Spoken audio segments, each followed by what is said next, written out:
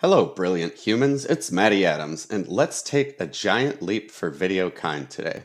If you've been following my Martian geography series, you know Mars has a lot to offer. But if we ever want to get there, and maybe even further to Titan and Europa, we'll need a good starting point. And there's no better celestial springboard than Earth's very own moon. So let's check out why the moon is the ultimate stepping stone and explore the best geographical spots for missions to other planets. Let's go. Number one, using the moon as a launch pad.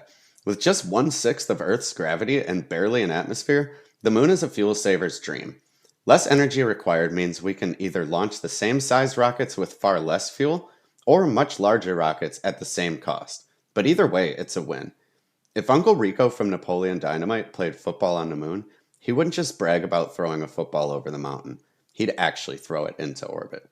Besides the low gravity and tenuous atmosphere, the moon is ideally located as a staging ground.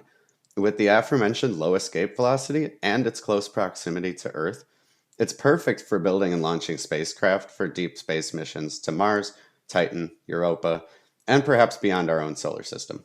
Number two, geographical features ideal for rocket launches.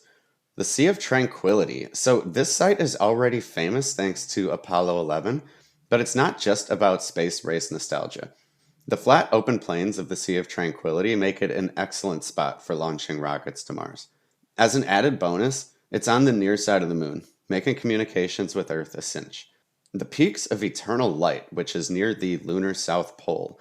So these sunlit peaks, like those near the Shackleton crater, are ideal for building solar-powered launch systems.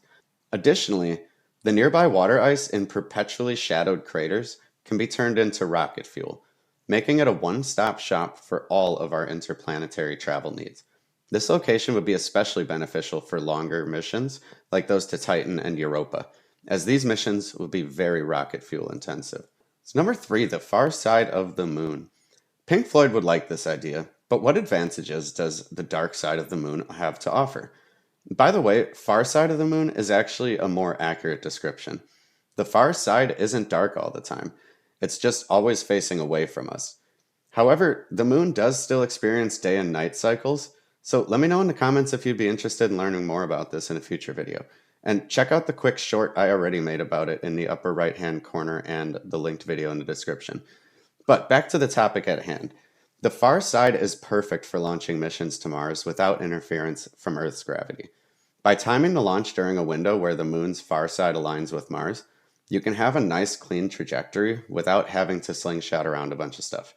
The biggest challenge is that it's a bit more difficult to get to at first, and communications are a bit tougher from the far side. Number four, the lunar equator. Equatorial regions have consistent access to sunlight and provide excellent rotational speed for launches, like how rockets use Earth's spin to gain velocity. And back to what we were saying before, yes, the moon does rotate. It's just perfectly synchronized with its orbit around the Earth, so we always see the same side. So from our perspective, the moon doesn't look to be spinning, but it absolutely does. Think about it like figure skaters. If one skater holds the other skater's hands and they're spinning around, they're both facing each other. They never see each other's backs, but members of the audience can see their backs and see them both doing a full 360 degrees of rotation. Like Earth's equator, the moon's equatorial regions take advantage of rotational velocity, giving the rockets an extra push towards their final destinations. Combine this with a great trajectory, and you're saving fuel on missions to far-off worlds like Europa and Titan. So, whether we're talking Mars, Titan, or Europa, the moon is the ultimate stepping stone. Its unique geography and resources make it the perfect place to build and launch our next-generation space missions. And let's be honest, who wouldn't want to see the first space station bar at the Shackleton Crater Fuel Depot? And if you liked videos like this, don't forget to like, share, and subscribe to keep this lunar journey going.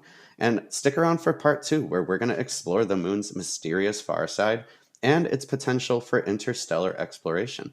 Until next time, stay grounded, but only metaphorically. Bye.